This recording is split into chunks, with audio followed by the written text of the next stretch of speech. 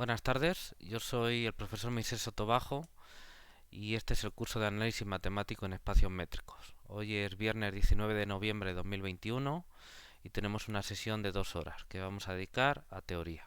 ¿Bien? Les comparto la pantalla.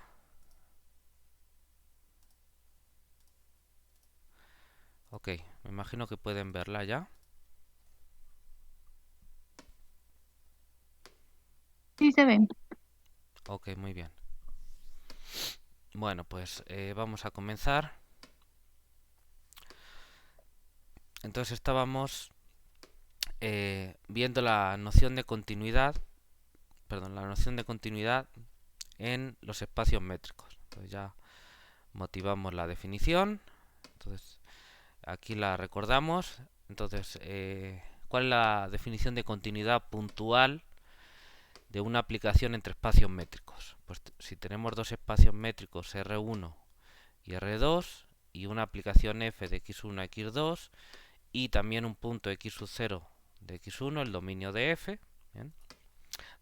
Fíjense que x1 es el primer espacio métrico, es el dominio de f, y x2, el segundo espacio métrico, es el conjunto del espacio métrico es el codominio de f.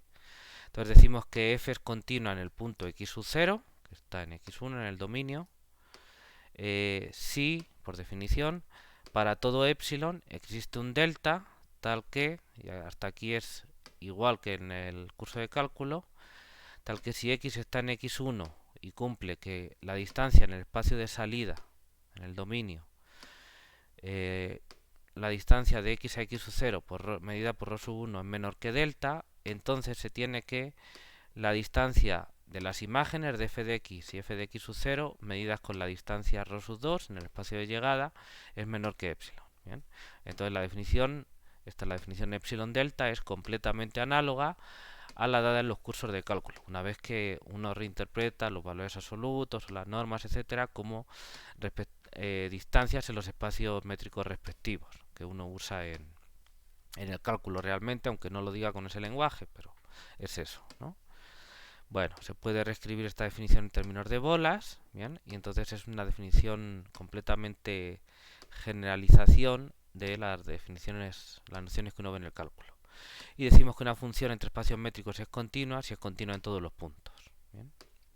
Muy bien. Bueno, así como en los cursos de cálculo uno ve una formulación equivalente de la continuidad puntual en términos de sucesiones, pues de manera completamente análoga, mutatis mutandis, se tiene la caracterización correspondiente con toda su generalidad en espacios métricos, ¿no? Entonces, con el mismo setting, una función es continua en x sub 0 si solo si para toda sucesión xj de puntos de x1 que convergen a x sub 0, obviamente en R1, entonces sus imágenes convergen a la imagen de x sub 0, obviamente en R2. ¿Bien? Y eso es lo que vimos ayer. Aquí está la proposición 62 y aquí está la demostración, ¿bien? Que estuvimos haciendo ayer. Bueno, vamos a continuar. ¿Hay alguna pregunta hasta aquí? Esto es recordatorio.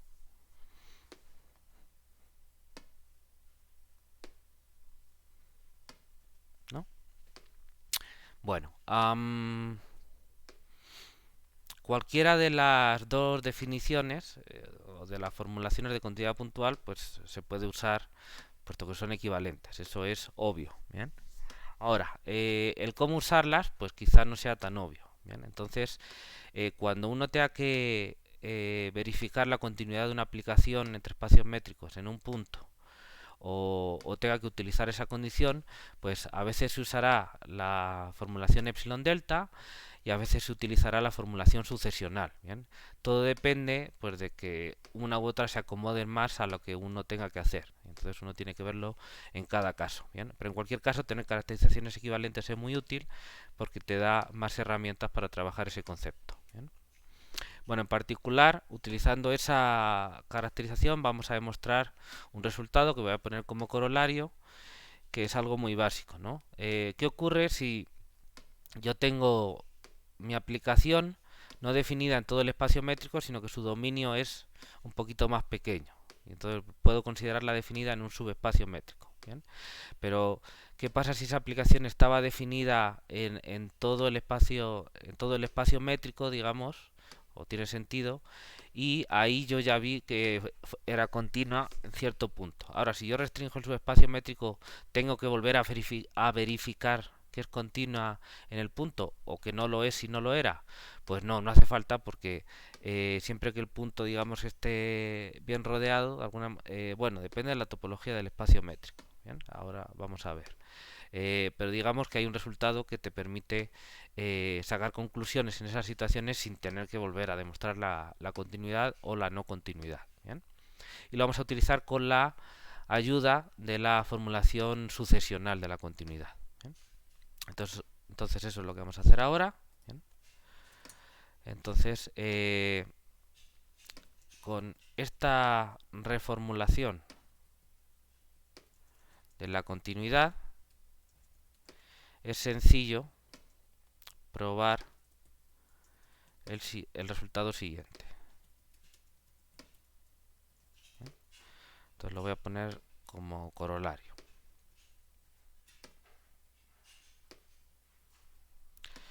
No, se puede ver como corolario, pero mejor, puesto que es una propiedad de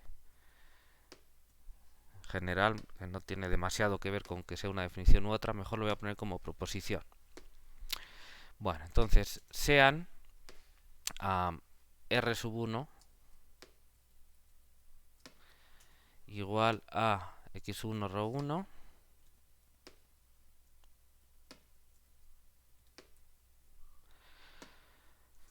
y R2 igual a x sub 2 rho sub 2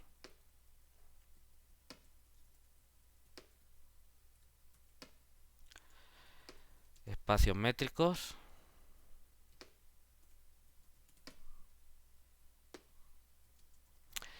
R3, a ver, voy a copiar esto para no estar escribiendo todo. R3 igual a x3 rho sub 3 a subespacio métrico de R1, de R1, sí.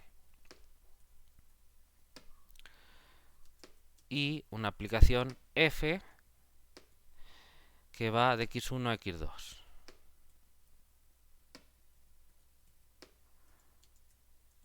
De x1 a x2. Continua, y yo supongo que es continua, en el punto x sub 0 que pertenece a x sub 3. ¿Bien? Ok. Entonces, la restricción que denotamos G barrita x3 de F a x3, ¿bien?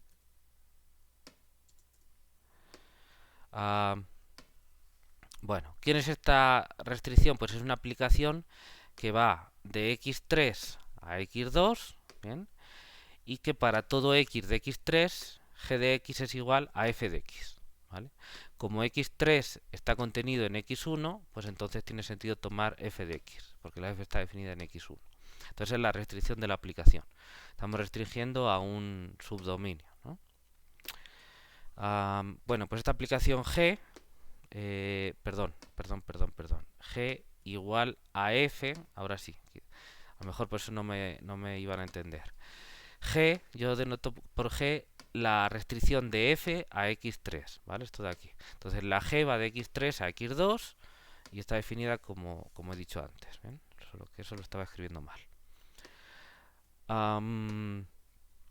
También es continua en x sub 0. ¿Bien? Recuerden que x sub 0 tiene sentido plantearse que la función g sea continua en x sub 0 porque x sub 0 estoy suponiendo que está en x3, ¿vale? Y tiene sentido suponer que f es continua en x sub 0 porque x3 está contenido en x1, Bien, todo eso está metido en el hecho de que R3 es subespacio métrico de R1. Por lo tanto, X3 está contenido en X1 y además ρ3 es ρ1, pero restringida a X3 por X3. ¿Vale? ¿Sí se ve? ¿Hay alguna duda con eso?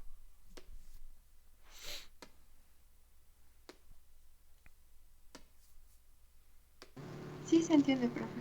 Ok, vale, muy bien, gracias. Bueno, vamos a hacer la demostración. Bien.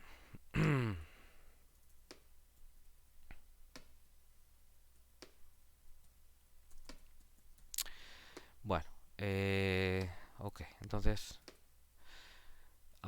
bueno, quizá antes de dar la demostración lo que estamos diciendo es que si tenemos una aplicación que es continua en un punto y restringimos a un subdominio, el que sea, bueno, entonces es subespacio métrico del dominio grande, ah, restringimos la aplicación ahí y el punto estando en el dominio chiquito y por tanto en el grande, si la aplicación de antes era grande, es decir, que no daba saltos bruscos, pues restringiéndome a un subconjunto, es decir, mirando solo a algunos de esos puntos y mirando nada más que a esos, pues claro que tampoco puede dar saltos bruscos, porque si lo diese ya en la chiquita, pues entonces eso se traduciría en que la grande, la F, también tendría ese salto brusco y sabemos que no lo tiene.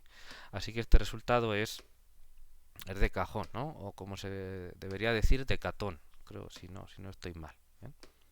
Ahí lo buscan en su buscador de internet favorito. Bueno, entonces, vale, ya tenemos todos los datos, no lo repito.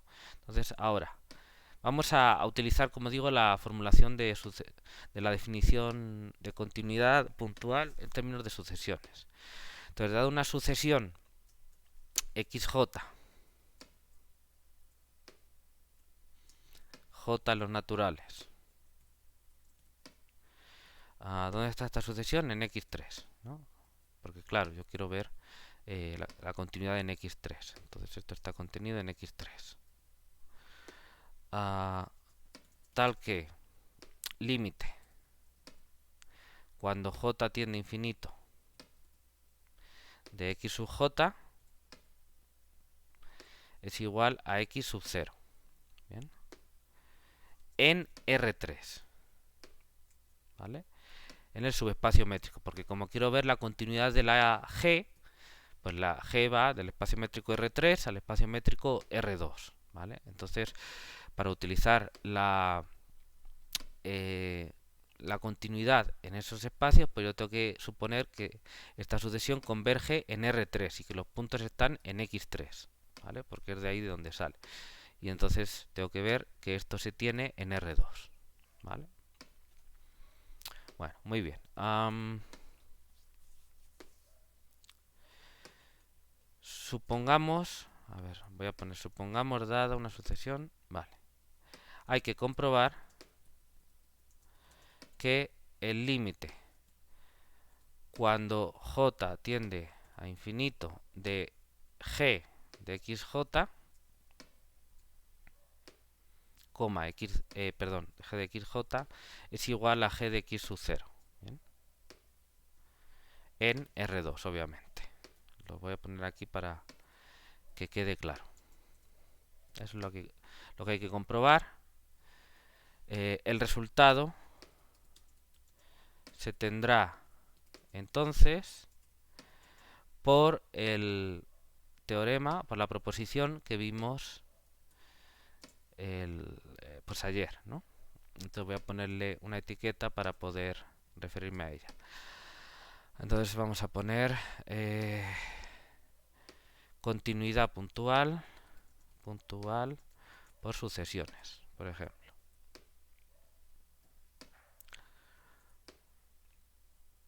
Entonces, esta que es la proposición 62. Entonces, por la proposición 62. Vale, bueno, vamos a ver. Entonces aquí hay que jugar con el espacio métrico. ¿Bien? Vale.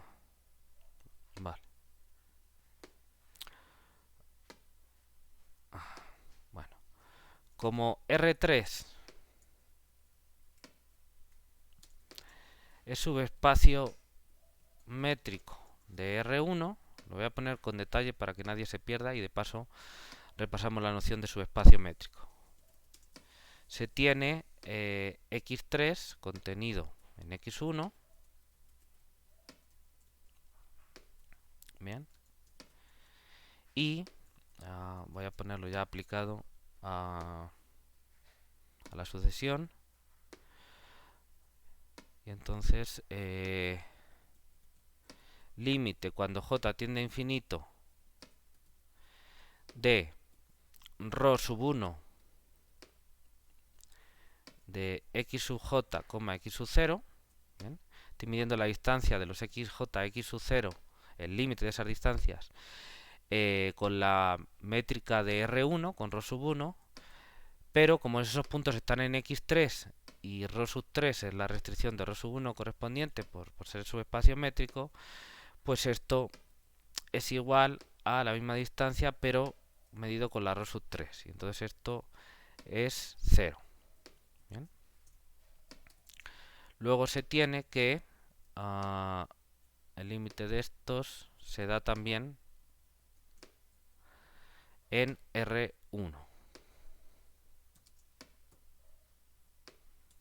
¿Bien? ¿Se ve esto de aquí? Fíjense, yo estoy suponiendo esto de aquí. Esto de aquí, por la definición de límite en espacio métrico, es equivalente a esto de aquí. ¿Bien? Con la ρ sub 3. Ahora, esto de aquí es igual a esto de aquí porque esto de aquí es igual a esto de aquí para cada j. Y eso es por la condición de espacio métrico, por cómo se define ρ sub 3 a partir de ρ sub 1 como restricción. ¿Bien? ¿Sí me siguen? ¿Nadie se pierde?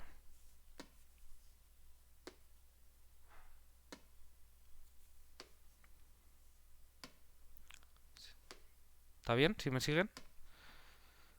Ah, ¿puede mencionar de nuevo la forma en la que ρ sub 3 está construida por ρ sub 1? Creo que mencionó algo así, ¿no? ρ sub 3, sí, fíjense. A ver, lo mejor es que vayamos a la definición de espacio métrico, la definición de subespacio métrico, que ha de estar por aquí cuando hablábamos de los subespacios del E pequeño infinito, me imagino. Así que ha de estar aquí en sucesiones, aquí, en P igual a infinito. Vale, a ver. No.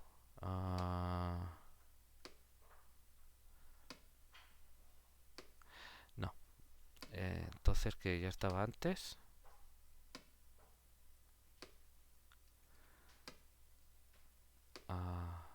¿Dónde? A ver. Subespacio. Subespacio. Aquí.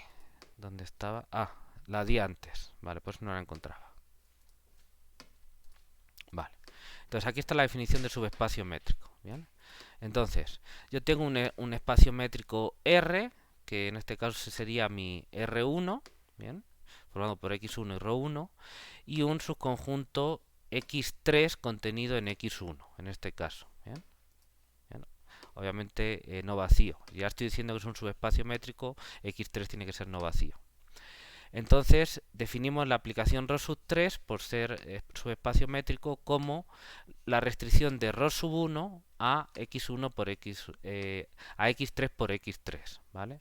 Entonces x1 es el grande y x3 es el chiquito en la proposición que tenemos nosotros. X1 es el grande, x3 es el chiquito. Entonces ρ sub 1, la grande, está definida en x1 por x1. Si la restringimos a un sitio más pequeño que es x3 por x3, es decir, para medir solo distancias entre puntos que están en x3, en el pequeñito, eso es lo que yo estoy llamando ρ sub 3, ¿vale? Y entonces, pues el espacio métrico R3 formado por x3 y ρ sub 3 definida de esta manera, ρ sub 3, pues se dice espacio métrico. ¿Sí se ve? ¿Sí queda claro? Sí, sí, gracias, disculpe. Nada, no, al contrario, para eso estamos. Vale, vamos con lo que estábamos. Muy bien. Entonces, lo que tenemos, ya hemos visto que si los XJ convergen a X sub 0 en R3, también convergen en R1. Si convergen en R3, convergen en R1. ¿Vale? Y al revés, porque como se tienen igualdades, pues si cualquiera de estos límites es cero, el otro también porque es igual. ¿Vale? Bueno, ahora utilizamos nuestra hipótesis que es que f es continua en X sub 0. Y ahora utilizamos la proposición 62, creo que es, ¿no? Sí, la que vimos ayer. Por la proposición 62 se tiene que... a ver... Claro, la proposición 62 me dice que siempre que tenga que estos convergen a x sub 0, entonces las imágenes convergen a la imagen de x sub 0. ¿Bien? Entonces, como f es continua, por esta proposición se tiene que este límite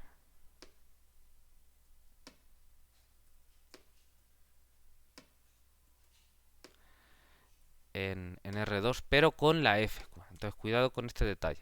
Vamos a escribirlo con cuidado.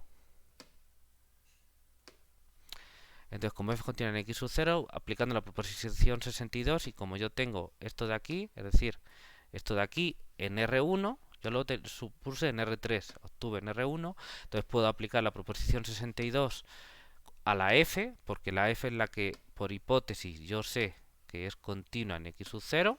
¿Bien? Entonces se tiene esto de aquí en R2, con las Fs. Con las Fs.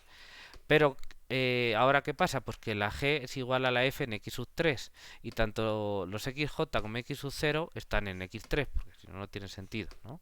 Los XJ aquí están en X3 y el X sub 0 están en X3. ¿Bien? Uy, no sé qué pasó aquí. Ay, señor. Vale. Entonces, pero como G de XJ es igual a f de xj, porque es la restricción, entonces por definición de restricción pues son iguales. Voy a ponerlo con x0 primero, y así va a quedar mejor escrito. Con x0. G de x0 es igual a f de x sub 0 y g de xj es igual a f de xj para todo j perteneciente a n,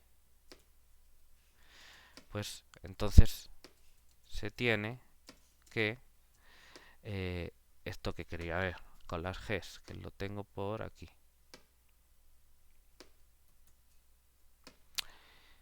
Y ya está.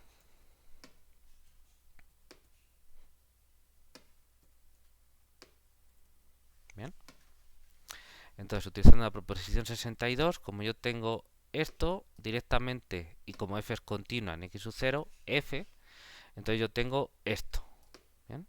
Y ahora, como cada una de estas son iguales, por la definición de g, pues entonces esto equivale a esto, porque son los mismos elementos. No hay nada que comprobar. Ok, entonces g es continua. Sí, si quieren, vamos a ponerlo porque esa es la conclusión. La g es continua en el punto x sub 0.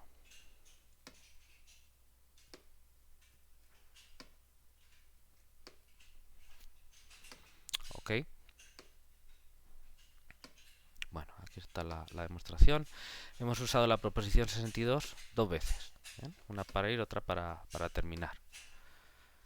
¿Bien? Una para utilizar nuestra hipótesis y otra para comprobar en términos de convertir nuestra hipótesis en términos de sucesiones y poder utilizarlo con la f, y otra para poder determinar que la g es continua en x sub 0 porque lo hemos visto con la formulación de sucesiones. ¿Ok? ¿Sí se ve?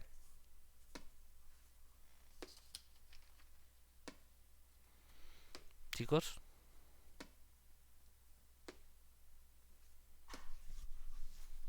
Sí, sí se ve. Tengo una pregunta. Sí, dime, Andrea. ¿Hay alguna razón del por qué ocupamos la segunda versión de la definición en lugar de la primera? Ah, Pues en este caso quizá no haya demasiada diferencia, ¿bien? Porque si uno agarra la definición de epsilon delta, pues tendría que estar tomando bolas, ¿bien? Obviamente en el espacio R2 de llegada, bolas de radio epsilon, y bolas de radio delta en la en el espacio x1 y también en el subespacio, perdón, en el espacio R1 y también en el subespacio R3. Y entonces uno comprobaría que la bola de radio delta en el espacio centrada en x 0 en el subespacio R3 está contenida, porque es la restricción a x3, de la bola, está contenida en la bola también centrada en x 0 y de radio delta, pero en R1, que tiene más puntos. De hecho, si uno lo piensa, se puede dar cuenta que la bola de radio delta centrada en x 0, y bueno, en cualquier punto, la bola de radio delta centrada en x 0 en R3 es igual a la bola de radio delta y centro x 0 en R1 intersección con x3. Es decir, agarro la bola en el espacio grande, interseco con x3 y me sale la bola en el espacio chiquito. Porque son los que están cerca, pero están en x3. Los que no están en x3 los estoy quitando porque están fuera del espacio. ¿Sí se ve, Andrea? Bueno, Andrea y todos los demás. Sí, más o menos. Es que creí que con la primera versión podría ser un poco más sencillo, porque había entendido que a lo mejor suponiendo que, bueno, por contradicción, podía ser un poco más rápido, pero no entendí por qué entonces lo hicimos de forma directa. En este caso, yo creo, me puedo equivocar y también es un poco subjetivo, pero a mí me da la impresión de que por contradicción sería más enrevesado, porque directamente te sale muy sencillito. Y entonces, pues no es que por contradicción te salga muy complicado, porque el resultado es prácticamente trivial, pero creo que hasta sería un poquito más largo y más enrevesado. Siempre las demostraciones por contradicción, bueno, en mi opinión personal, si uno puede dar una demostración directa, en general se ven mejor las cosas, se ve todo más claro, ¿bien? Y por contradicción de alguna manera es como cuando no te queda más remedio porque no lo sabes hacer directamente o sí se puede pero te facilita mucho la vida y lo haces por contradicción y ya, ¿vale? Esa es mi opinión, porque no sé, puede ser que en algunos casos te dé otro enfoque y se entienda alguna idea mejor desde otro lado, desde otra perspectiva, puede ser. Pero bueno, en este caso en concreto, aunque yo me puedo equivocar y es opinable, yo creo que sale directamente más fácil. ¿Bien? Entonces hemos utilizado la formulación por sucesiones, pero creo que también sale mucho más fácil teniendo en cuenta esto que estoy diciendo de las bolas, que al final la formulación epsilon delta es hablar de bolas, lo digas o no lo digas. Pues teniendo en cuenta que la bola en el espacio chico es la bola en el espacio grande intersección con x3, pues y entonces está contenida la chica en la grande, pues teniendo en cuenta eso, pues yo creo que sale, ¿vale? ¿De acuerdo? De hecho, les dejo eso como ejercicio, ¿vale? Creo que es un ejercicio interesante. Am, Voy a poner aquí, begin, ejer.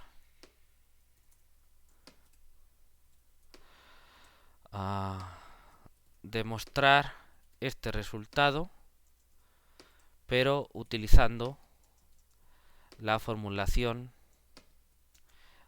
epsilon delta de la continuidad puntual. ¿Vale? Creo que es un ejercicio interesante para ustedes. ¿Bien? Creo que también sale facilito, ya les he dado la pista fundamental.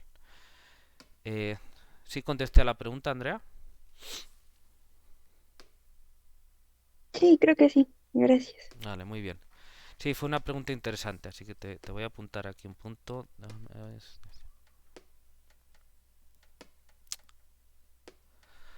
Andrea Cordero Medel. Sí. ¿Puede ser que tú salieras como representante del Consejo Universitario o es cosa mía? Porque me pareció ver una Andrea. No, No eres tú. Ah, sí había una, pero no, no era yo. Ah, ok, entonces yo creo que confundí apellidos, no sé. Me pareció que en la lista había algún alumno mío o exalumno, pero ya me pierdo. Muy bien, muchas gracias. Te pongo ahí un punto. Ah, Gracias. nada. Bueno, vamos a ver otro resultado que es otra formulación equivalente de la continuidad, pero en este caso de la continuidad global. Entonces creo que tiene más sentido poner aquí la definición de continuidad global. Bien. Entonces lo voy a quitar de aquí y lo voy a poner aquí. Bien.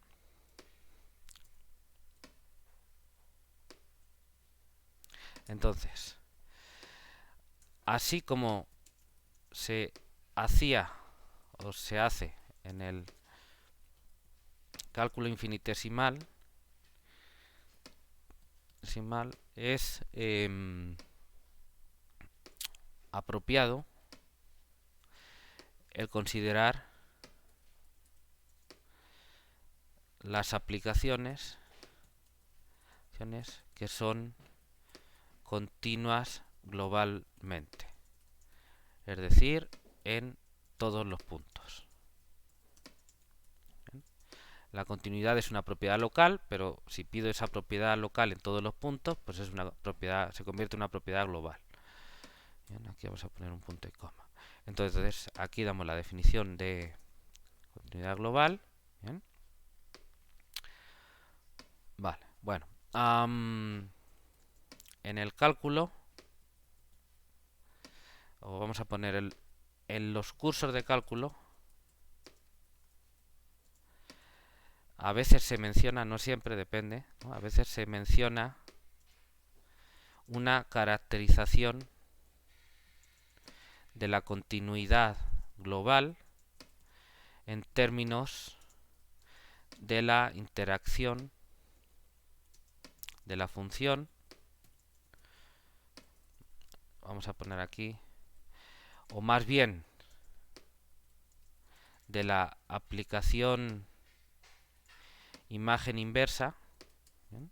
La aplicación conjuntista, entre la interacción de la función o de su imagen inversa con los conjuntos abiertos y cerrados. ¿Bien? El análogo, no, iba a decir la misma, pero no. El análogo de esta caracterización es válido en el contexto de los espacios métricos. ¿Bien? Y no solo es análogo, sino que vamos a poner aquí una nota al pie para mentes interesadas. De hecho, esta formulación es la usada en el contexto más general de la topología.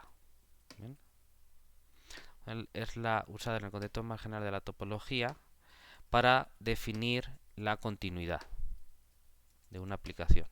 Entonces, en general, pues cuando uno no tiene una estructura métrica, es decir, no tiene un espacio métrico, no tiene una distancia, pero sí tiene una topología que básicamente es saber quiénes son los conjuntos abiertos y cerrados, pues puede utilizar esta formulación porque está en términos va a estar, ahora lo vamos a ver en términos de abiertos y cerrados, para definir que una aplicación es continua. ¿Bien? Entonces lo pongo como nota al pie, solo para quien tenga curiosidad. ¿Bien? Y si no les interesan los espacios topológicos en general, pues hacen como si no estuviera y ya está. Bueno, vamos a dar la proposición entonces.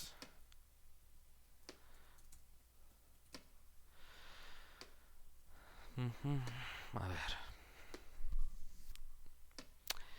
Sean, voy a ver si lo copio de aquí.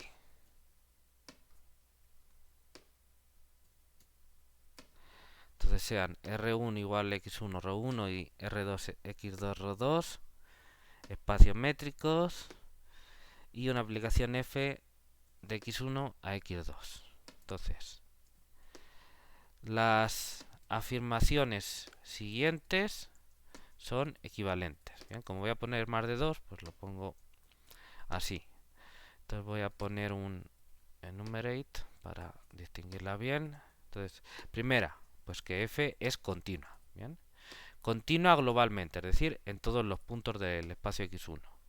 2, para todo f subconjunto de x sub 2, espacio de llegada, cerrado, y cuando digo cerrado es obviamente en R2, en el espacio métrico R2.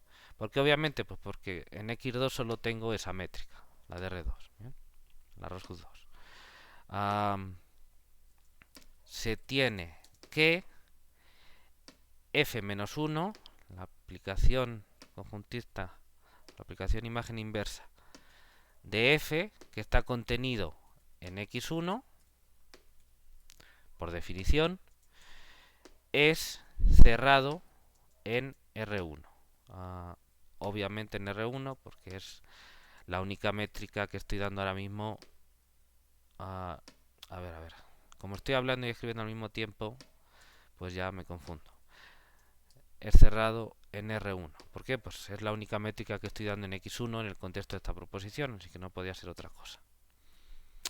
Y algo similar para abiertos. Entonces, para todo G contenido en X2 abierto, obviamente en R2, se tiene que la imagen inversa de G, que por definición es un subconjunto de X1, es abierto en R1.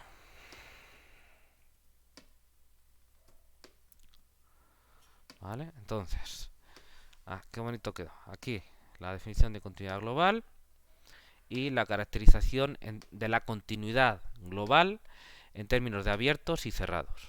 ¿Vale? Entonces, la f es continua si solo si la imagen inversa de todo cerrado es un cerrado. Y eso ocurre si solo si la imagen inversa de todo abierto es un abierto. ¿Vale? Entonces lo que estamos diciendo es que pues eso, para que f sea continua tiene que llevar abiertos echándolos para atrás en abiertos o cerrados echándolos para atrás en cerrados. ¿Vale? ¿Sí se ve?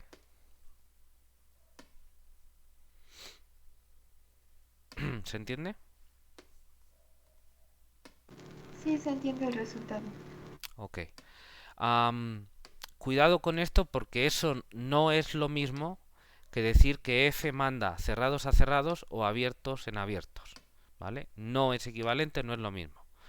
De hecho, las aplicaciones que llevan abiertos en abiertos, o sea, f de un abierto es abierto, se llaman aplicaciones abiertas y no tienen por qué ser continuas, no hay una relación directa entre ellos, ¿vale?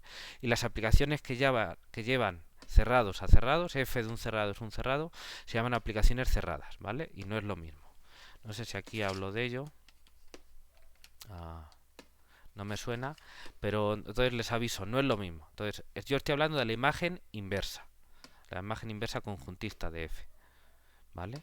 Que entonces recuerden, no estoy suponiendo que f sea biyectiva y entonces tenga una aplicación inversa. No, es la inversa conjuntista. De hecho, se la estoy aplicando a conjuntos, ¿vale? No a puntos. ¿Sí se ve? ¿Se entienden las diferencias?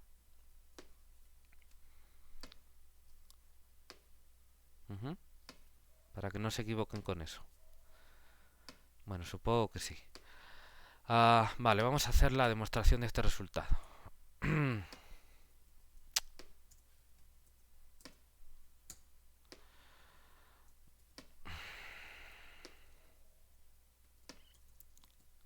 Bueno, en primer lugar, veamos que 2 y 3 son equivalentes. Que las condiciones 2 y 3 son equivalentes. Bien, no sé cómo puedo hacer que se vean parecido. A lo mejor así. No. ¿Y qué tal si pongo en itálica? Perfecto.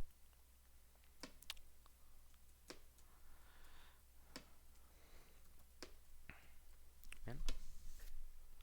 Entonces, como ven, las condiciones 2 y 3 de la proposición pues son muy parecidas, solo que en 2 tengo cerrados y en 3 tengo abiertos. Bien. Bueno, les pregunto, ¿cuál es nuestra forma favorita de relacionar abiertos y cerrados en un espacio métrico? Y en general en un espacio topológico. ¿Recuerdan algún resultado que relacione abiertos y cerrados así estrechamente?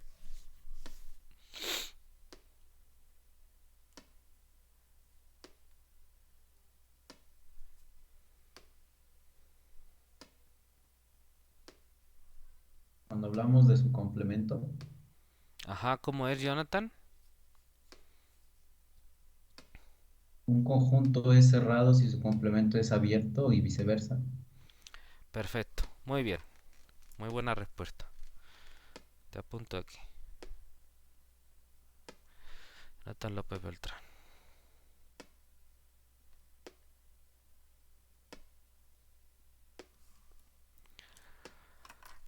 Muy bien.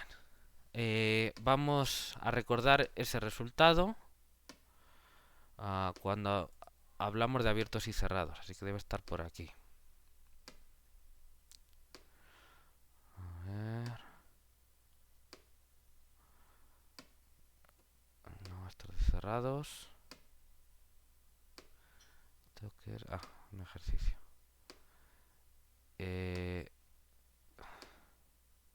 Esta de aquí. Proposición 52. En un espacio métrico, A es abierto si solo si X menos A es cerrado. Entonces vamos a utilizar esta proposición 52 para relacionar 2 y 3. 52 página 49 del PDF. Aquí.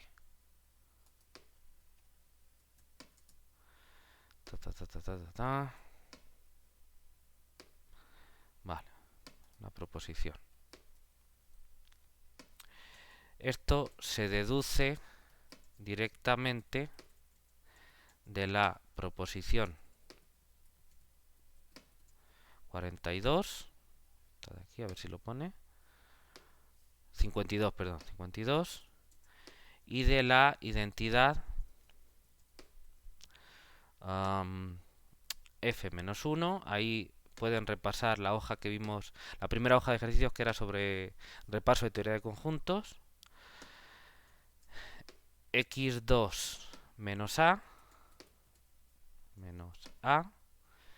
es igual a, seguro que esta identidad está en la hoja de ejercicios, X1, me suena mucho, menos F-1 de A.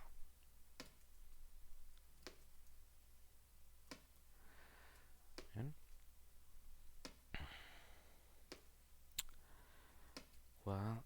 Text para todo A contenido en X2.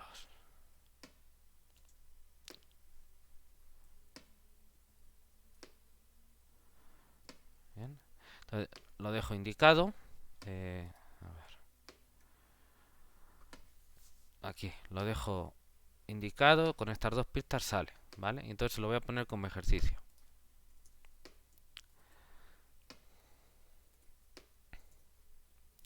Que lo escriban en detalle. En la proposición anterior, demostrar con todos los detalles, ¿bien? Porque se ha dejado indicado, que 2 y 3 son equivalentes. 3 son equivalentes.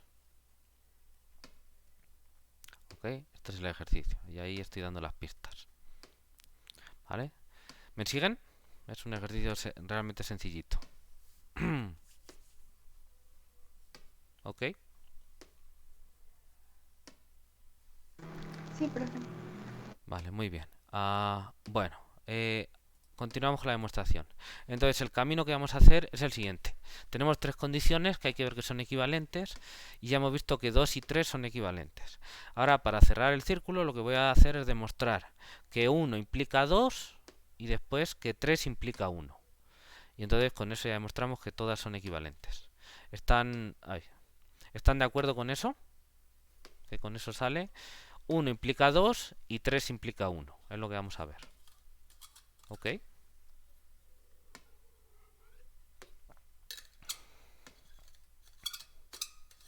¿Sí? Nadie tiene dudas con eso, ¿no? Bueno, pues vamos a hacer eso. Probamos que aquí, que 1 implica 2. Que 1 implica 2. Entonces, por lo tanto, suponemos que f es continua. ¿Bien? Y hay que ver que cumple 2, es decir, que la imagen inversa de todo cerrado es un cerrado. Entonces, hay que agarrar un cerrado en x2. Sea f su conjunto de x sub 2 cerrado en R2. ¿Vale? Es obvio, pero lo pongo para que quede clarísimo. ¿Bien? Entonces, bueno, primero, si f-1 de f es vacío, pues este es cerrado, porque el vacío siempre es cerrado y abierto, como ya hemos visto en cualquier espacio métrico. Por lo que podemos suponer que entonces este es no vacío.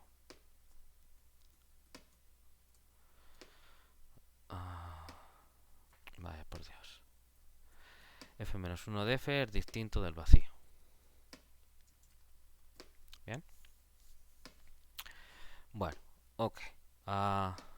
Entonces agarramos un punto. Sea ahora x perteneciente al cierre de f-1 de f. ¿Vale? De f-1 de f.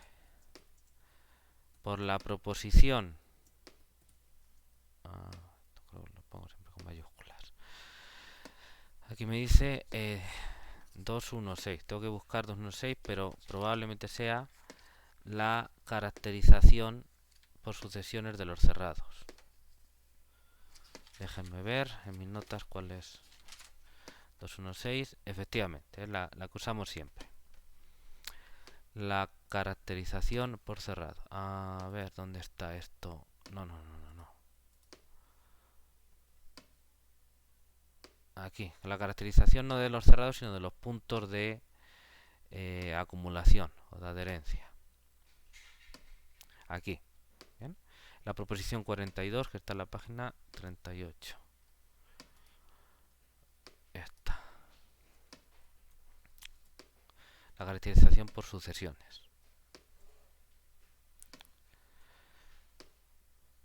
Entonces el punto 1 es para puntos de adherencia, el punto 2 es para puntos de acumulación.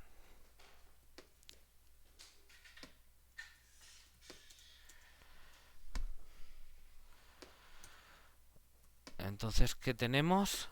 A ver. Se tiene que existe una sucesión de puntos xj. Bien. Obviamente estamos utilizando la caracterización de los puntos de adherencia, o sea, el punto 1. Por el punto 1 de la proposición tal, se tiene que existe una sucesión xj con j en los naturales. Estos puntos están contenidos en f-1 de f, porque el punto x está en el cierre de ese conjunto, entonces es un punto de adherencia de ese conjunto, tal que, pues que converge a ese punto, ¿no?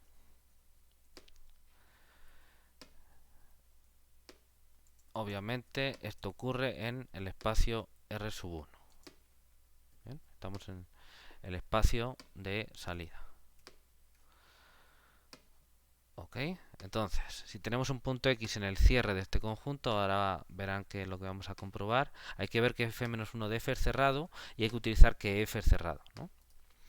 Bueno, entonces tenemos una sucesión de puntos en ese conjunto que converge al X, obviamente en R1. ¿Eso bien? Ok. Bueno, Ahora, por la proposición 234, tengo aquí, 234 es la caracterización por sucesiones. Entonces, como f es continua, porque lo estoy suponiendo, en particular como f es continua en x, porque es continua en todos los puntos, por la proposición, la caracterización en términos de sucesiones, que es esta, la 62.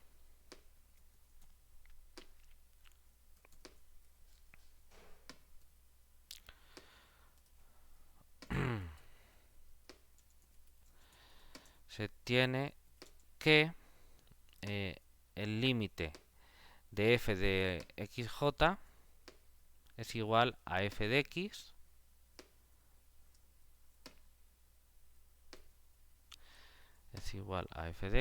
en el espacio R sub 2. Ok, por la proposición 62, como yo tengo esto, pues entonces tengo esto, porque f es continua. Ok, ¿me siguen?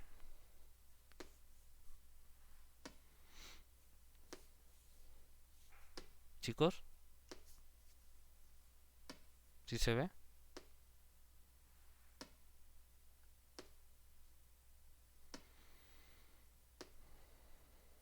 Sí, profe, Ok, sí se ve. vale. Bueno, ¿cómo continuamos? Vale.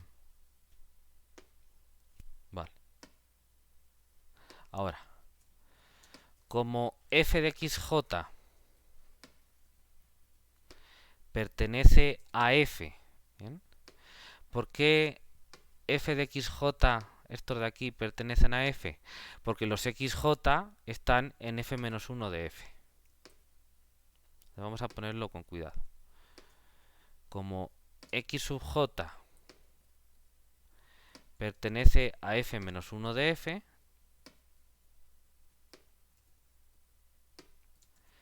entonces f de xj pertenece a f para todo j perteneciente a n.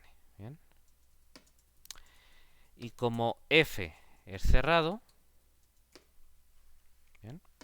Y como f es cerrado, por la misma proposición de antes,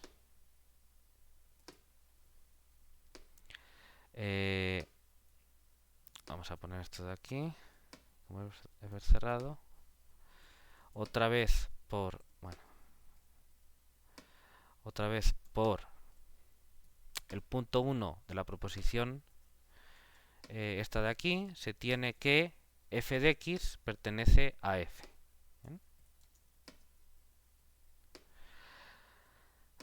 Bueno, por esa proposición y por la definición de conjunto cerrado.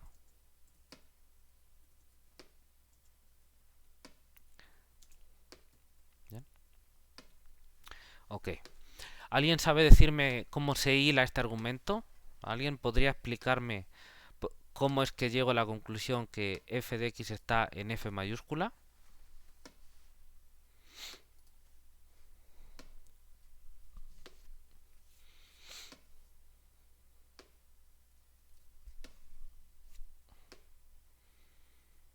¿Alguien sabe?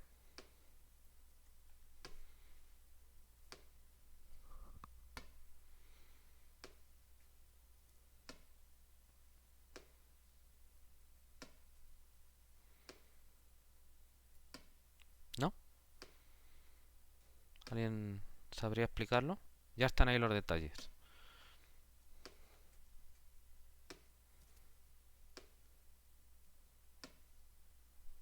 A ver, cuento atrás. 3, 2, 1. ¿Bien? ¿Nadie? Bueno, pues entonces lo voy a explicar yo. Entonces vamos a ver. A ver dónde empiezo. Ya habíamos visto que las f de xj convergen a f de x en R2. Vale. Ahora, los xj yo los tomé en este conjunto, f-1 de f mayúscula. ¿Bien? Porque así los tomé, ¿no? Bien. Bueno, entonces, como por definición estos son los puntos tales que su imagen está en F mayúscula, pues entonces f de xj está en F mayúscula. Bien, y eso es cierto para todo j. Entonces yo tengo que todos estos de aquí están en F mayúscula, ¿vale? Utilizando el punto 1 de la proposición 42, yo tengo que, si tengo una sucesión de puntos que convergen a este punto, entonces este punto f de x es un punto de adherencia, un punto de contacto del conjunto F mayúscula, ¿vale? Y ahora, utilizando que F es cerrado, quiere decir que F es igual a su cerradura, a su cierre. ¿Bien? Y entonces, es decir, F, todos los puntos de F son precisamente los puntos de adherencia de F. Entonces, si F de X es un punto de adherencia de F, pues entonces está en F, porque son los mismos. Así que F de X pertenece a F. ¿Vale? ¿Sí se ve? Sí, sí se ve. Vale. Y ahora, si F de X pertenece a F, yo puedo decir que X está en la imagen inversa de F mayúscula. Por definición de la imagen inversa. X pertenece a F menos 1 de F mayúscula. ¿Bien? Está claro.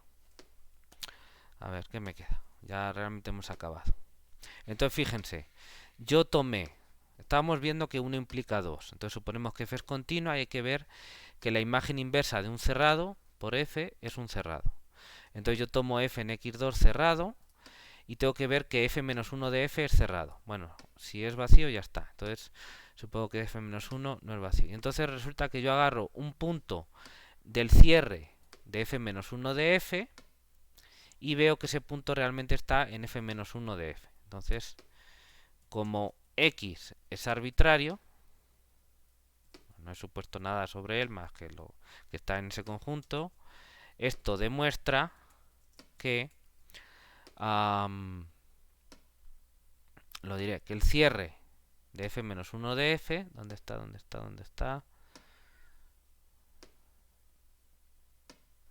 Aquí. El cierre de F menos 1 de F está contenido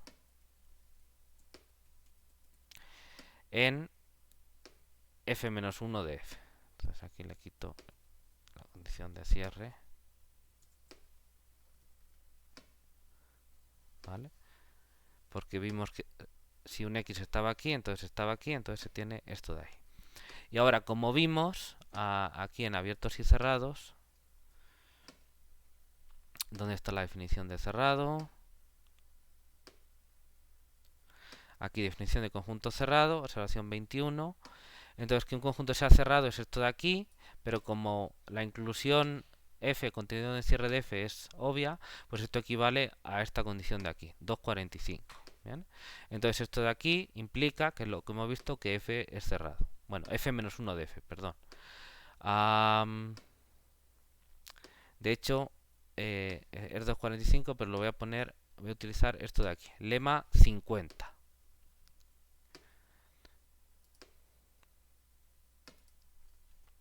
Entonces, por el lema 50,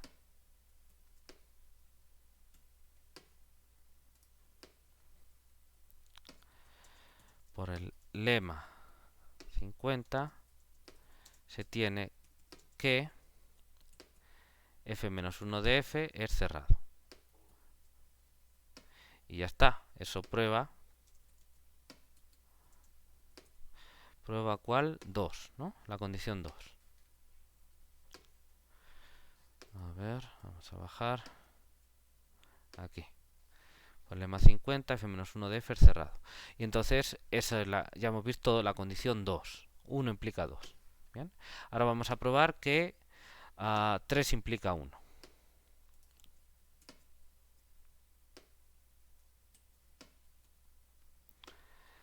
Ahora probamos que 3 implica 1.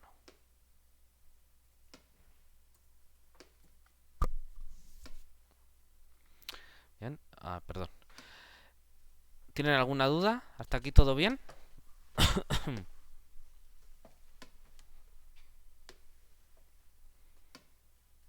¿Alguna pregunta? Vamos bien, profe, gracias. Ok, perfecto. Bueno, pues vamos a ver que 3 implica 1, entonces vamos a suponer que la imagen inversa por f de todo abierto es un abierto y hay que demostrar que f es continuo. ¿Bien? Entonces, bueno, pues obviamente suponemos 3. Entonces, sean x perteneciente a x sub 1 y epsilon positivo. ¿Bien? Y entonces, una vez que digo epsilon, les pregunto, ¿qué vamos a hacer con este x en x1 y este epsilon positivo? ¿Alguien tiene alguna idea sobre qué es lo que vamos a hacer?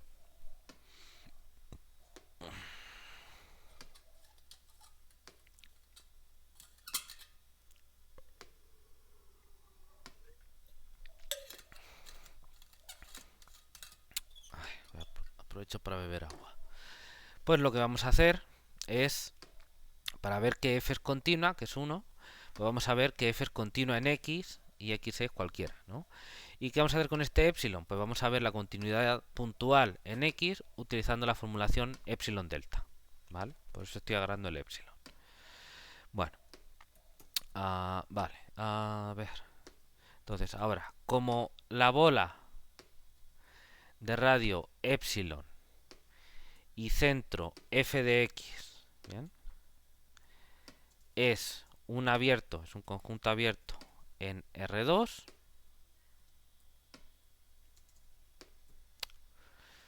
¿bien? La bola de radio epsilon y centro f de x es un abierto en R2, ¿bien? ¿Por qué esa bola es un abierto en R2? ¿Quién sabe?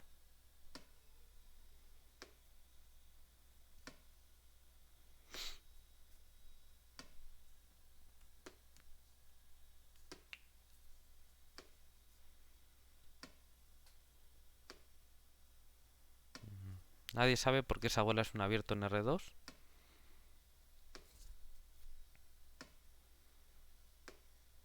¿Saldrá en nuestra hipótesis? Pues no, ¿verdad? Nuestra hipótesis dice que f-1 en un abierto es un abierto. Eso lo vamos a utilizar después. Pero que la bola sea abierta, ¿de dónde sale? ¿Sabemos algo de nuestro espacio métrico? ¿Hemos dicho quién es o que le pase algo en particular? ¿Nuestro espacio R2? No, ¿verdad? Solo hemos dicho que R2 es un espacio métrico y ya. No hemos dicho nada que le pase nada especial. Simplemente que es espacio métrico. Entonces, supongo que será que el epsilon tiene algo de especial, ¿no? Pero pues yo he agarrado cualquier epsilon positivo, así que tampoco. Y el f de x, pues yo he agarrado un x de x1, entonces, pues f de x es pues, cualquiera, tampoco estoy diciendo nada. Entonces, ¿será que ninguno de los ingredientes tiene nada de especial y simplemente es que tengo una bola en un espacio métrico? Porque esa bola es abierta.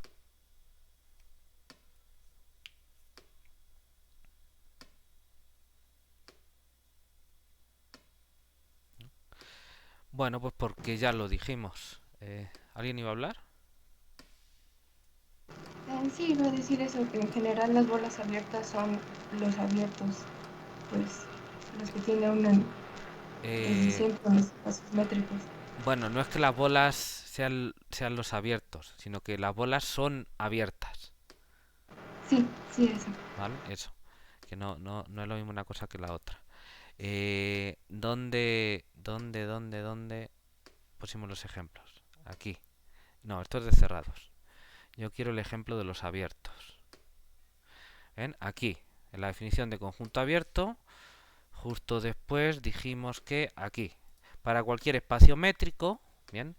Bueno, lo que hemos utilizado ya antes es que el vacío era cerrado, ¿no? Entonces, pues el vacío y el total siempre son abiertos y en el correspondiente ejemplo también más abajo dice que son cerrados.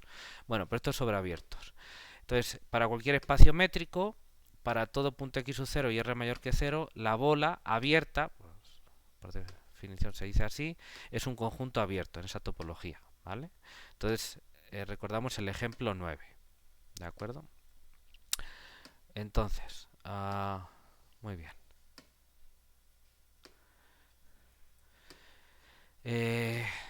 Entonces, la bola de radio epsilon y centro f de x es un abierto en R2 porque las bolas abiertas son abiertos en el correspondiente espacio métrico, ¿vale? Con esa métrica, cuidado, porque yo puedo agarrar una bola abierta en un conjunto, pero la bola abierta con respecto a una métrica, y luego poder decir, preguntarme si esa bola como conjunto es un conjunto abierto con otra métrica distinta que ponga sobre el mismo conjunto.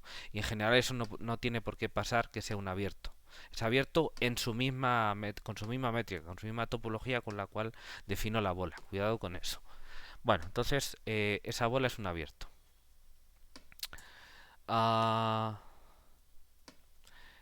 usando nuestra hipótesis, ¿no? Nuestra hipótesis 3 que dice que la imagen inversa de cualquier abierto es un abierto, entonces se tiene que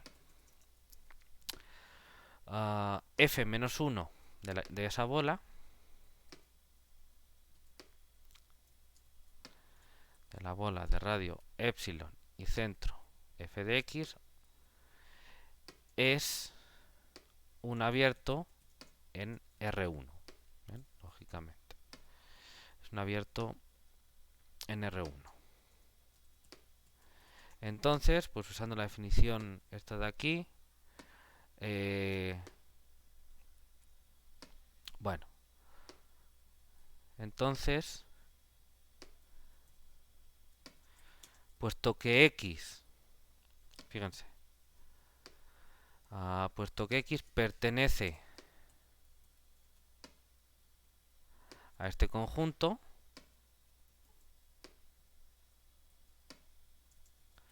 por definición de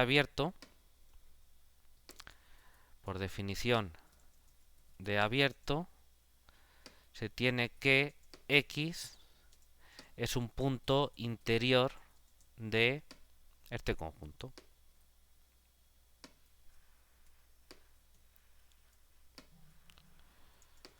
Luego existe un delta positivo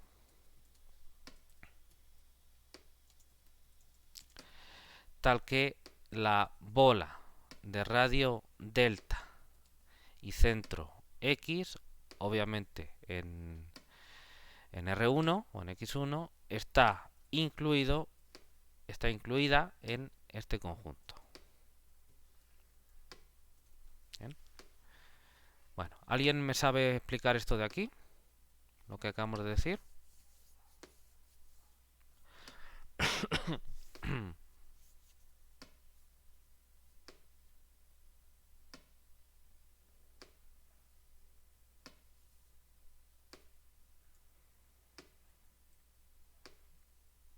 ¿Alguien me sabe explicar eso?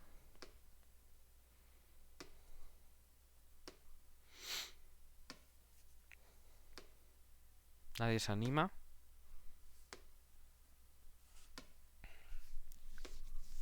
Creo que solo aplicamos la definición de que era abierto. A ver, venga, ve paso por paso, Andrea.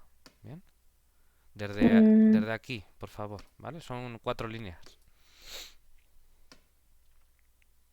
mm, pues desde que empezamos el párrafo, Ujú, tenemos que la bola es abierta en R de 2 y ujú, como estamos suponiendo el punto 3, entonces la imagen inversa de esa bola ujú. también va a ser un abierto en R1.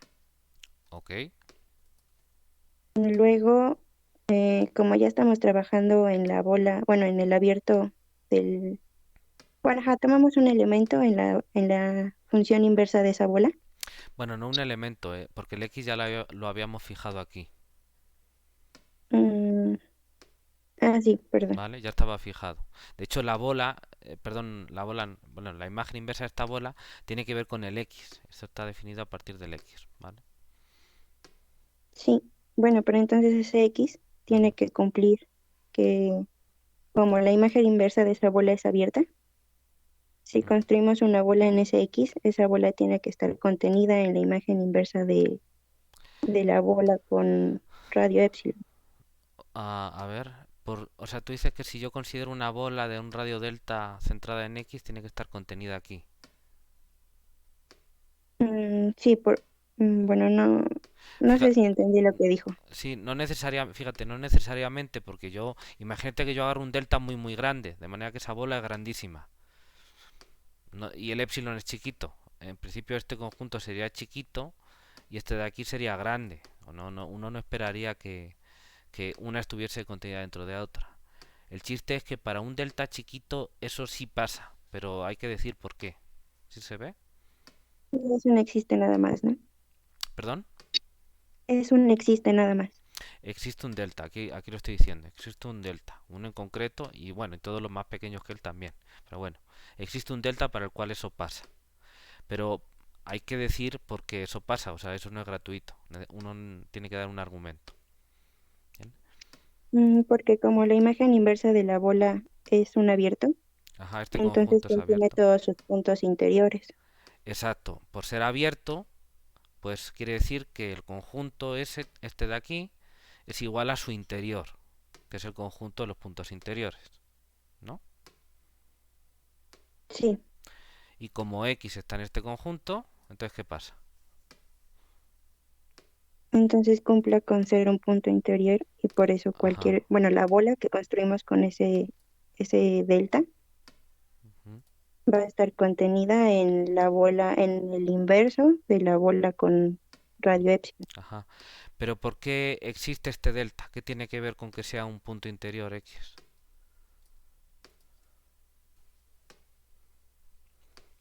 Pues tenemos que X es un punto interior si podemos construir una bola que esté contenida en el conjunto donde decimos que es punto interior. Ok, centrada en el punto.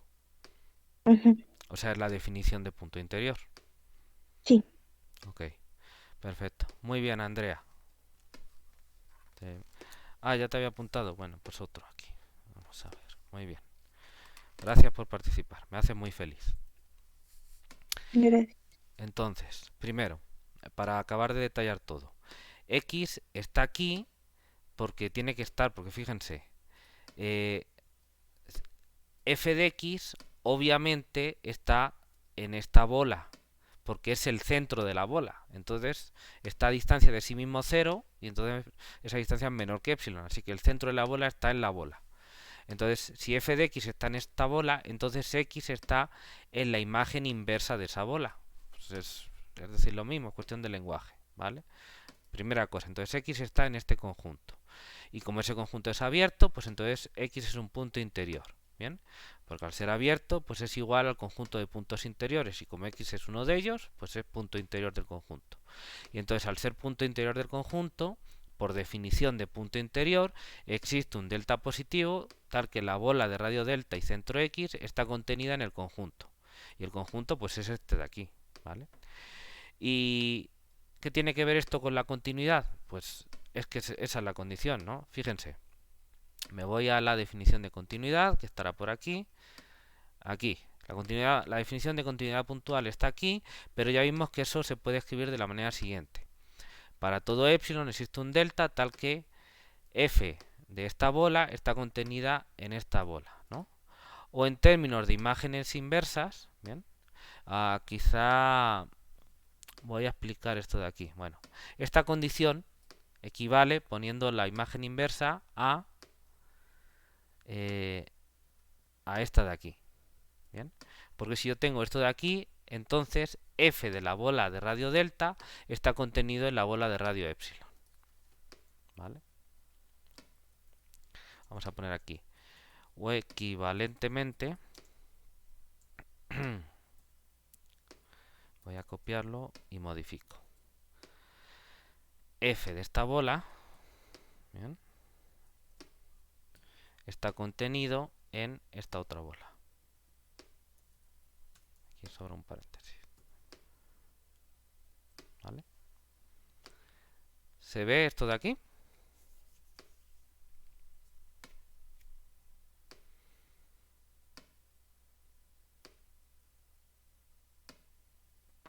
Sí se ve. Ok, vale. Bueno, pues ya está. Entonces, pues esto es equivalente a la continuidad por la observación que estábamos diciendo, ¿no? La continuidad equivale a esta condición de aquí, así que f es continua, ¿bien? Esto muestra que, recuerden que tenemos que demostrar que f es continua. Para eso agarré yo un punto x cualquiera y el epsilon. Entonces se tiene esto como epsilon es arbitrario. Yo he encontrado que para cualquier epsilon que yo fije aquí hay un delta positivo, ¿no? Existe un delta positivo tal que se tiene esto de aquí, que es reescribir la condición epsilon delta. Entonces, ahora ya acabamos. Como epsilon mayor que 0 es arbitrario, se tiene que f es continua en x, ¿vale? Y como x es arbitrario, es cualquier punto del espacio, x en x1,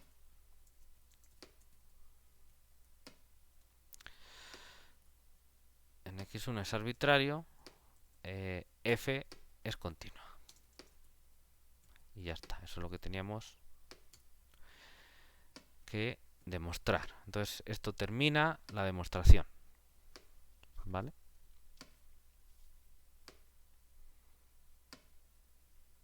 Ok. ¿Sí se ve? ¿Hay alguna pregunta sobre esto?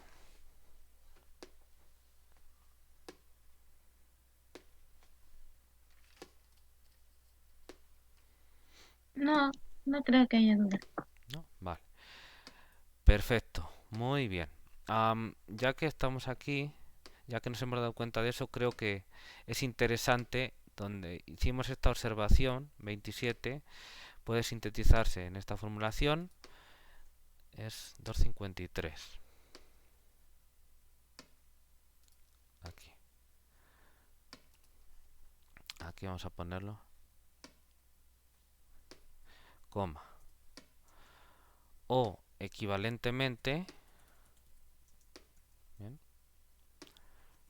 Porque puede ser interesante verlo así también, ¿no? Esta bola está contenido en la imagen inversa de esta otra bola.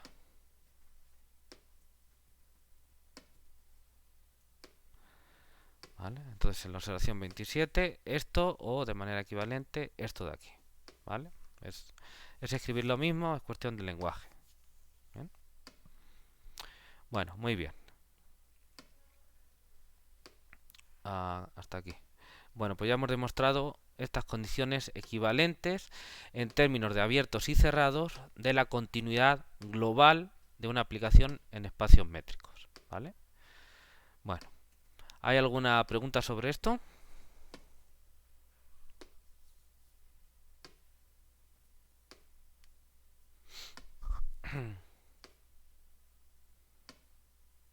¿Está todo claro? Bueno, pues vamos a continuar. ¿Bien? Ok.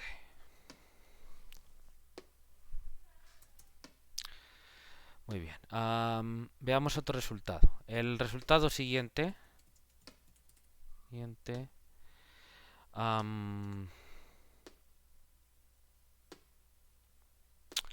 ver cómo lo escribo. Establece la relación. Entre las aplicaciones continuas y la composición de funciones. Bueno, a ver, primero, antes que nada, en los cursos de cálculo, bien, se suele estudiar la relación entre la continuidad, bien, y distintas operaciones entre funciones, ¿no? Pues qué sé yo, ¿no? Suma, y en suma también, bueno, puedo poner suma, diferencia, producto, cociente, potenciación, exponenciación, etcétera. ¿Bien? Y composición de funciones. ¿Bien? Digamos, estas operaciones, vamos a poner aquí, algebraicas, como son la suma, etcétera, etcétera, u otras, en general, como la composición de funciones. ¿Vale? Entonces, si se fijan, a ver, hasta aquí. Bueno, pues si ven sus apuntes de los cursos de cálculo, sobre todo del cálculo 1, ¿no? De una variable, o en un libro de cálculo que ustedes agarren, pero normalmente hay, cuando uno ve en el capítulo de continuidad, ahí hay ciertos teoremas que dice, a ver, si yo tengo dos funciones, entonces, y las sumo, pues entonces también me da una función continua. O si yo multiplico un número por una función continua, también el resultado es una función continua. Entonces, si hago combinaciones lineales de funciones continuas, pues son funciones continuas también. Si yo multiplico dos funciones continuas, pues también me sale una función continua. Si yo hago el cociente de dos funciones continuas en los puntos en los que la función divisor es distinta de 0, también me sale una función continua.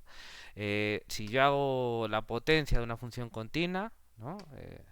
Pues f de x al cuadrado o al cubo o en general otras potencias, si la función es no negativa para que tenga sentido como base, entonces pues es una función continua. Si yo hago la exponencial de una función continua, también me sale una función continua, ¿no? Si yo hago como el seno es una función, bueno, ahí eso tiene que ver con la composición, ¿no? Entonces eso lo vamos a ver después. O en general, si yo tengo la composición de dos funciones continuas que se pueden componer, entonces la composición también es una función continua, ¿bien? ¿Les suena esto o estoy hablando en otro idioma? ¿Sí lo recuerdan? Sí, recuerdo sus resultados. Bien. Estos resultados, aunque son una lata cuando uno los ve en el curso, ay, ya está el profesor con todo esto repitiéndose, ¿no? Primero la suma y luego el producto y luego el cociente y yo me estoy aburriendo. Bueno, ok, pero esos resultados son muy importantes, ¿bien?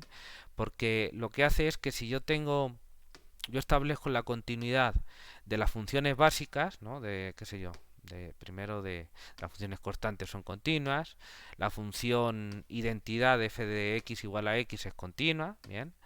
Estoy hablando, por ejemplo, de una variable real nada más, ¿no? Que las funciones trigonométricas, seno, coseno, todas esas donde vayan bien son continuas, la exponencial es una función continua, etcétera, etcétera, todo eso.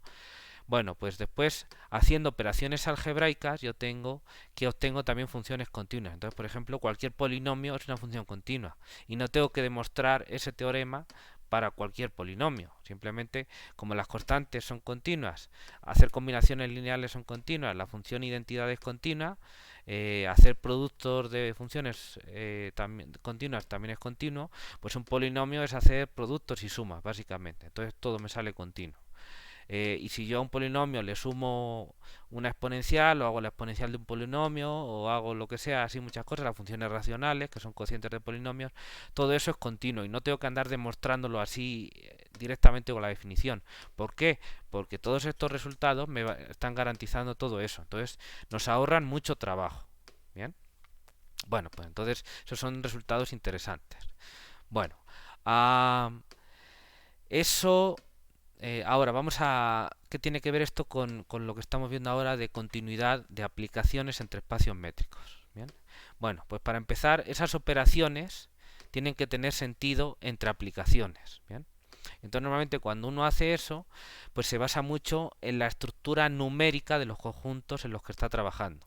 Por ejemplo, si yo tengo una función de una variable real que va de un conjunto de R a R, pues yo puedo sumar, multiplicar, hacer potencias, todo eso de esas funciones, porque los resultados son números reales. Entonces tiene sentido hacer todas esas operaciones, porque son operaciones de los números reales. ¿Bien?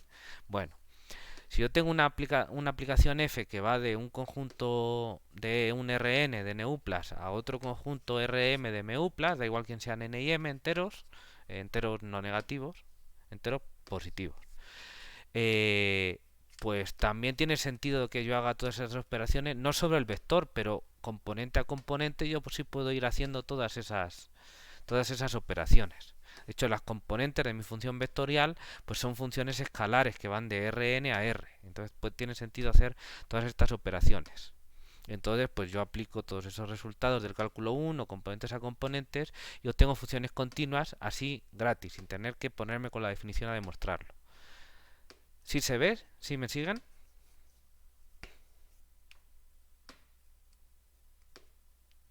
Chicos.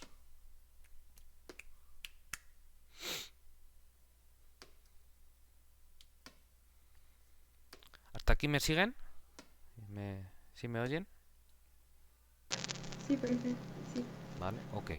Bueno, sin embargo, en el contexto general de espacios métricos, pues esas operaciones pueden no tener sentido, ¿no? Porque si yo voy de un espacio métrico, qué sé yo, eh, no sé, alguna cosa rara que se me ocurra, de algunos operadores por ahí, o como los espacios métricos que vimos, de objetos ahí raros, por ejemplo el del ajedrez o cosas así, a otro espacio métrico que sea el mismo tipo, ¿qué sentido tiene ahí sumar o multiplicar o hacer potencias? Pues sentido ninguno. Salvo que, no sé, que lo defina de alguna manera y le dé yo sentido y vea que está bien definido, ¿vale? Entonces, en este curso ahora eso no lo vamos a hacer, pues porque no tiene mucho sentido, salvo que yo empiece a concretar algunas operaciones. Pero eso ya sería para espacios muy concretos en los que están definidas esas aplicaciones, ¿no?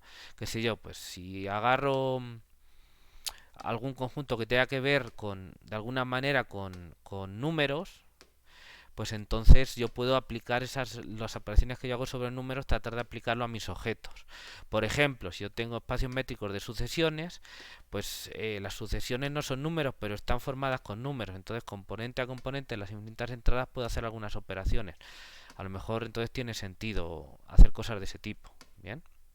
O si tengo unas funciones y entonces tengo una métrica de estas con integrales o lo que sea, pues puedo hacer esas operaciones sobre las funciones, a lo mejor, cosas de ese tipo, no lo sé. Pero ya son sobre ejemplos en concreto, no con la generalidad de espacios métricos, ¿vale? No sé qué iba a decir. Eh, ¿Tenía ahí algo en la mente? Bueno, es igual. Ah, sí. O otros casos particulares es, por ejemplo, que yo tenga espacios métricos dados por normas. ¿Bien? Porque entonces lo que tengo son espacios vectoriales topológicos.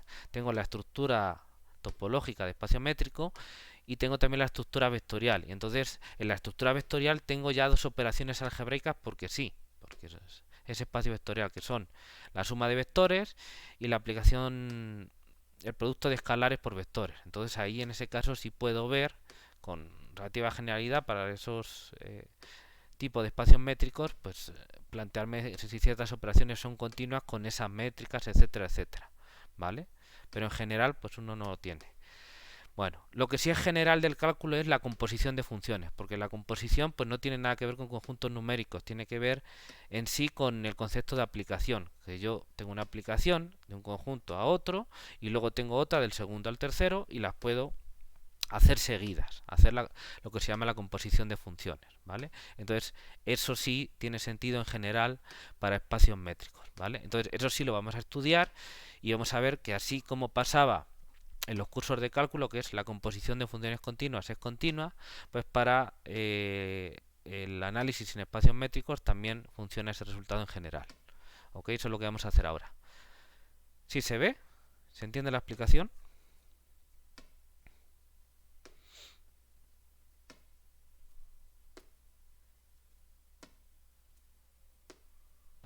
Sí, estoy de acuerdo con la explicación. Vale, muy bien. Bueno, entonces, ok. Algebriacas, no. Uy, qué raro suena. Algebraicas. En general, sin embargo, no tiene sentido el aplicar estas operaciones algebraicas sobre funciones o sobre aplicaciones en espacios métricos, salvo que estos sean de alguna manera ah, salvo que estos tengan de alguna manera cierta naturaleza numérica, ¿no? Voy a poner aquí, por ejemplo, pues NU+, sucesiones numéricas, qué sé yo, matrices, etcétera, ¿no? Por ejemplo. Ok. Un caso particular importante puede ser el de los espacios métricos inducidos por una norma, ya que ahí se tiene la estructura de espacio vectorial y por tanto las operaciones vectoriales correspondientes, ¿no? Vectoriales correspondientes, es decir, que son suma de vectores y producto por escalares. Bueno,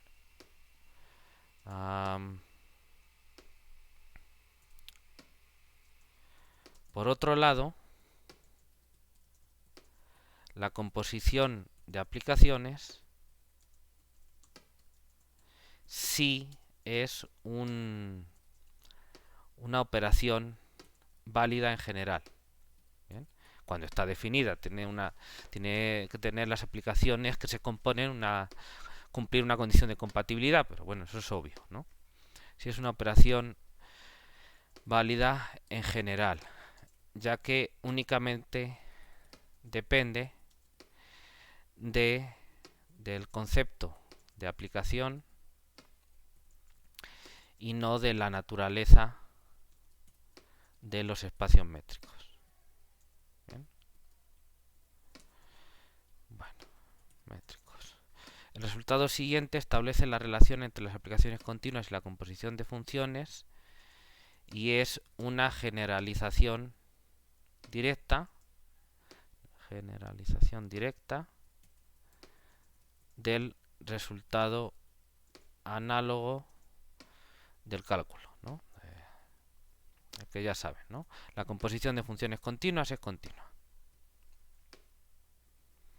Ok, bueno, pues toda esta explicación sobre todo esto de aquí. Entonces vamos a estudiar la composición de aplicaciones continuas en espacios métricos. Y entonces vamos a ver, y ya con esto vamos a acabar la clase de hoy, esta proposición. Entonces, vamos a agarrar tres espacios métricos. A ver de dónde lo agarro. Aquí.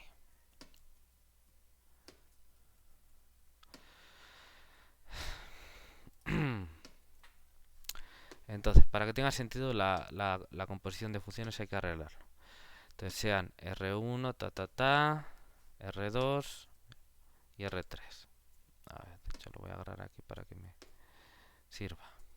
Tal cual. R2 y R3.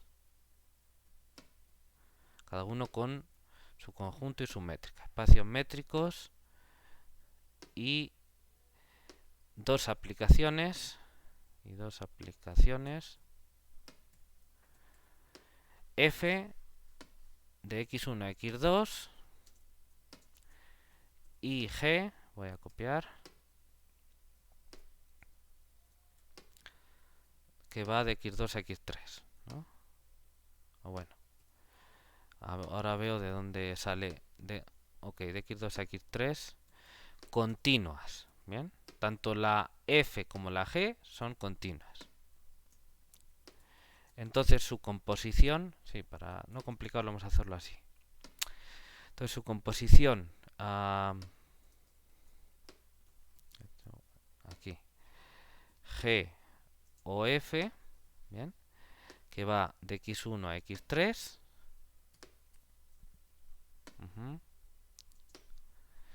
Vamos a ponerlo para que quede claro, dada por g o f de x igual a g de f de x para todo x de x1,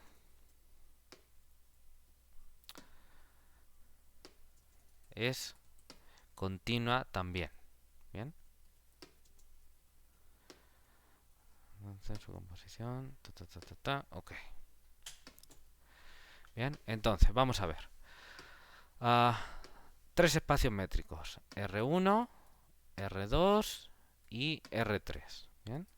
Y dos aplicaciones f de x1 a x2 y g de x2 a x3. De tal manera que las dos, tanto f como g, son continuas. Cada una pues con los espacios y con las métricas que le toca, ¿vale? Entonces las topologías de salida y de llegada, que es importante para la definición de continuidad. La de salida y la de llegada, las dos influyen. ¿Bien? Y si no, vean la definición de continuidad y verán que salen las dos métricas participando, o bolas en los dos espacios participando. Entonces, las dos métricas, la de salida y la de llegada, están involucradas en la continuidad de una función. Bueno, pues f y g, las dos continuas. Entonces, su composición g o f, que va de x1 a x3 y que se define como siempre la composición de esta manera, ¿bien? Pues también es una función continua, de x1 a x3 con las topologías correspondientes. ¿Ok? ¿Les suena el resultado?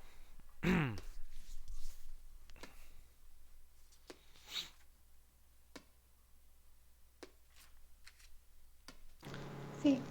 ¿Vale? Bueno, para este resultado vamos a utilizar la caracterización en términos de abiertos y cerrados que vimos antes, ¿no? En la proposición 64. Entonces voy a ponerle aquí una etiqueta.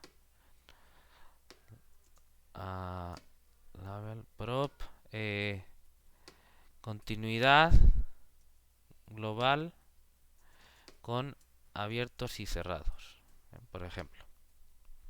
La proposición 64. Vamos a utilizarla y vamos a ver, igual que pasaba en el curso de cálculo, me juego los dos brazos a que esta demostración en la que les dio el profesor de cálculo, pues es la misma que vamos a utilizar. Entonces la demostración es completamente análoga, ¿bien?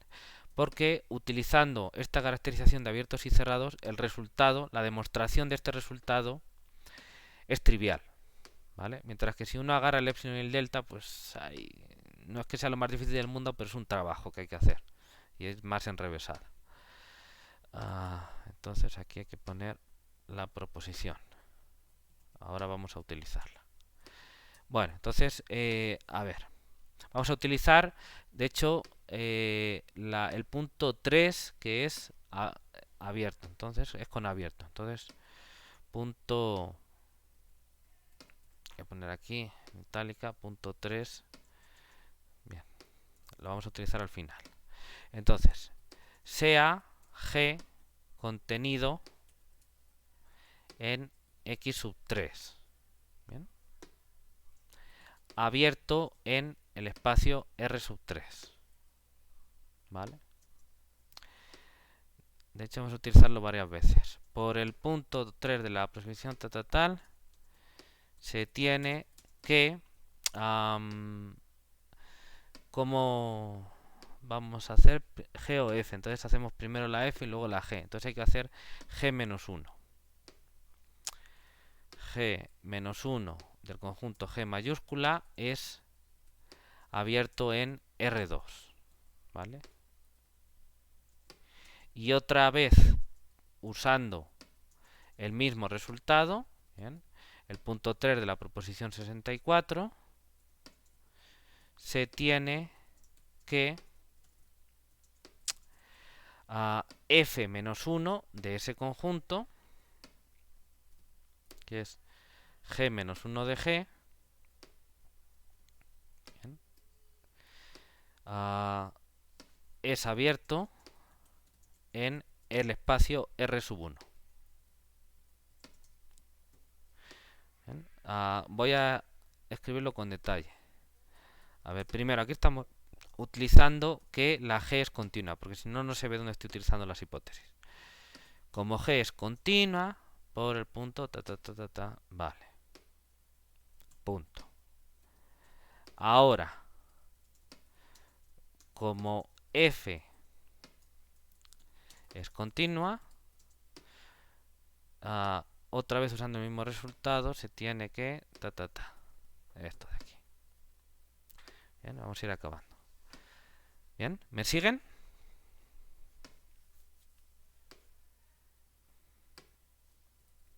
chicos? ¿Sí se ve? ¿Se ve o no se ve?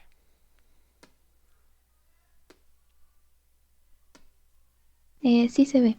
Ok, vale. Bueno, pero entonces resulta que G o F menos 1, o sea, la imagen conjuntista inversa de la composición de G es precisamente igual, vean la definición y lo verán, que este conjunto. Luego este conjunto de aquí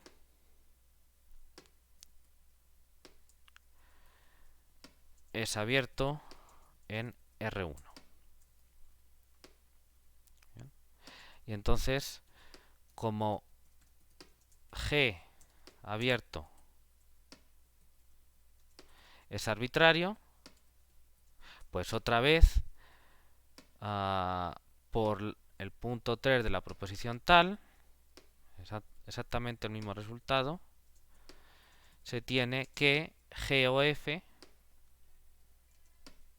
es continua.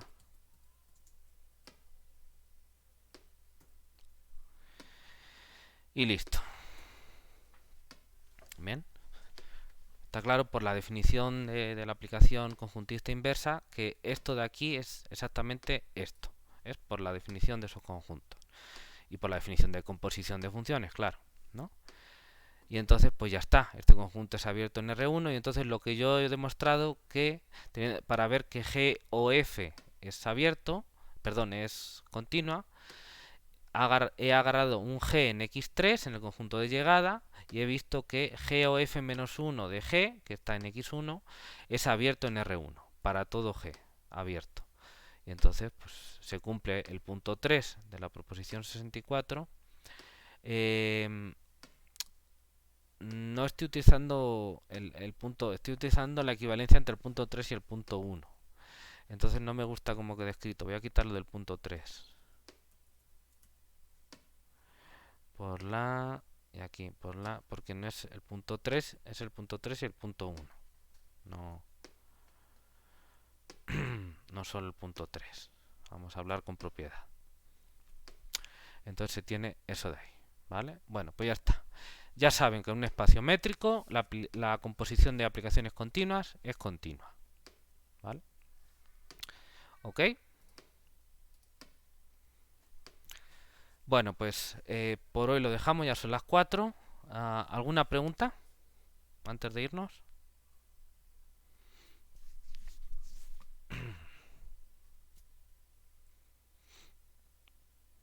¿No?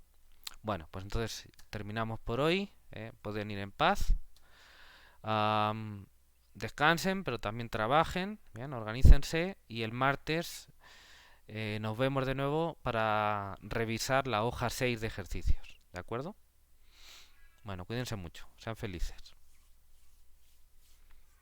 Gracias, profe. Hasta luego. Hasta luego. Gracias, lindo fin de Hasta semana. luego. Hasta luego. Igualmente, hasta luego. Hasta luego. Gracias. Hasta luego.